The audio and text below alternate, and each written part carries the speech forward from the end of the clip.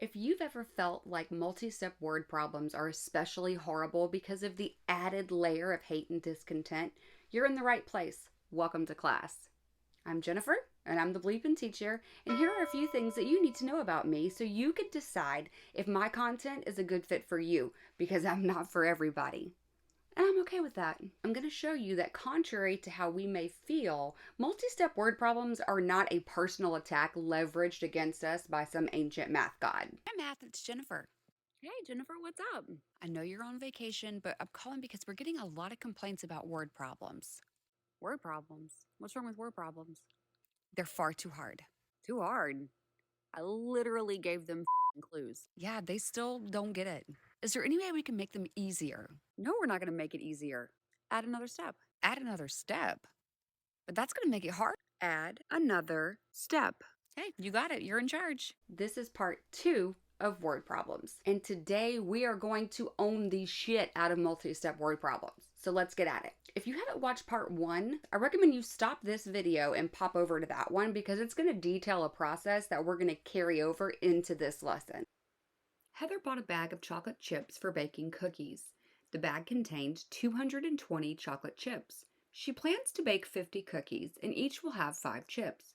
How many more chips will she need? Heather, why are you why are you being so stingy with these chocolate chips? Come on, man. Nobody likes a stingy bitch, Heather. Okay, we need to underline our question, and we're going to start circling clue words and important information. When I'm solving multi-step word problems, I show all of my work because it's going to make it much easier to find my mistake if I f it up. I go through a lot of paper. If you are uncomfortable blowing through a bunch of paper, little dry erase boards are great and kids love to use them. It's important that we designate a place to put our answer so it doesn't get lost in the tsunami of math that's coming. Creating some sort of mental image is a fabulous way to help you make sense of the problem. It makes it personal and relatable, especially if you're imagining someone that you already know. Take this step a little further and have your little learner describe to you what they're imagining, because that shit gets wild. Let's go ahead and get our mental image. I imagine Heather standing there in her little apron with her white granite countertops, and she's just counting away at these tiny ass little chocolate chips, and she's about to have a whole come apart when she realizes she has to go back to the store. Now this next part, I call it the 1-2 punch of problem solving. I have no idea why I call it that. It pops in my head and I just run with it. When we're evaluating our clue words so we can pick our poison, it's important that we focus on what we do know. We need to figure out how many she's going to need in all. We know that she's going to bake 50 and they're each going to have 5 chocolate chips. So she's going to need 250. But that's not what it asked us. It asked us how many more she needs. That's going to be a subtraction problem. She needs 250. She has 220. That means she needs 30 more chocolate chips. See, that didn't kill you. Your child will learn that just because they don't like something doesn't mean they can't be good at it. I mean, I don't like washing dishes, but I'm pretty good at it. Ray brought 36 donuts for the department brunch. The GED teachers ate 19 donuts, and the vocational instructors ate 14 donuts. How many donuts are left for the inmates? None. There ain't one motherfucking donut left for them inmates. We are not losing our jobs over giving them donuts. But let's pretend that we are allowed to give them donuts. We're going to underline our question. Let's go ahead and start circling our clue words, finding out what we need to do. Designate a place for our answer, and let's get our mental image going. I'm imagining them standing around shooting the shit. Girl, did you hear about that fight on the rec yard?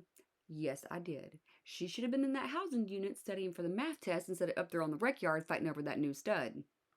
All right, let's get ready to 1-2 punch this shit. We need to figure out how many donuts were eaten altogether so we can figure out how many are left. GED ate 19, VT ate 14, 33 donuts were eaten, but that's not what they asked us. They asked us how many are left. We started with 36 donuts. We're going to subtract the 33 that were eaten. That means 3 are left. Now, if your child is still struggling with identifying clue words, make sure that you have that clue word poster nearby so they can access it. It's a resource. Use it. If you want to know more about clue word posters, take a look at this video. If you are enjoying this content, please give it a thumbs up down below so YouTube knows that you like it and they'll push it out to other people just like us and our classroom will get bigger. All right. Let's go back to prison for the next one. Inmates are authorized to have 2 honey buns in their locker. Jessica has 4 honey buns, Ivy has twice as many as Jessica, and Sarah has twice as many as Ivy. If all of the unauthorized honey buns are confiscated during a shakedown, how many were taken?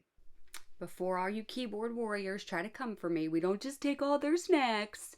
They can have all the snacks they want in their locker as long as they're unopened. Can't be feeding all the cockroaches in Florida. Gotta keep it in line. Underline that question. There's a lot going on in this problem, so let's go ahead and start circling our clue words. Authorized and unauthorized seem like they're going to be important words because they're listed specifically. So I feel like we should pay attention to those. So let's designate a place for our answer and get our image in our head. The image that I come up with is going to be much different than the image that someone who doesn't work in a prison comes up with.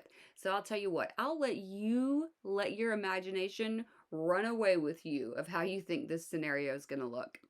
All right, let's 1-2 punch this bitch. We need to figure out how many total honey buns we're talking about here. Jessica had 4. Now we have the clue word twice because Ivy had twice as many as Jessica. So 2 times 4 is 8. Sarah has twice as many as Ivy. So 2 times 8 is 16. We need to add them all up to find our sum.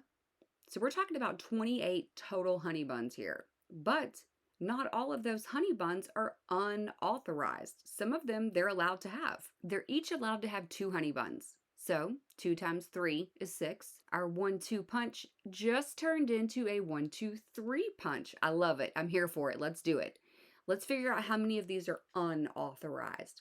We know that there are a total of 28 honey buns, but they are allowed to have 6 of them. That means 22 are unauthorized. Why y'all got all these damn honey buns?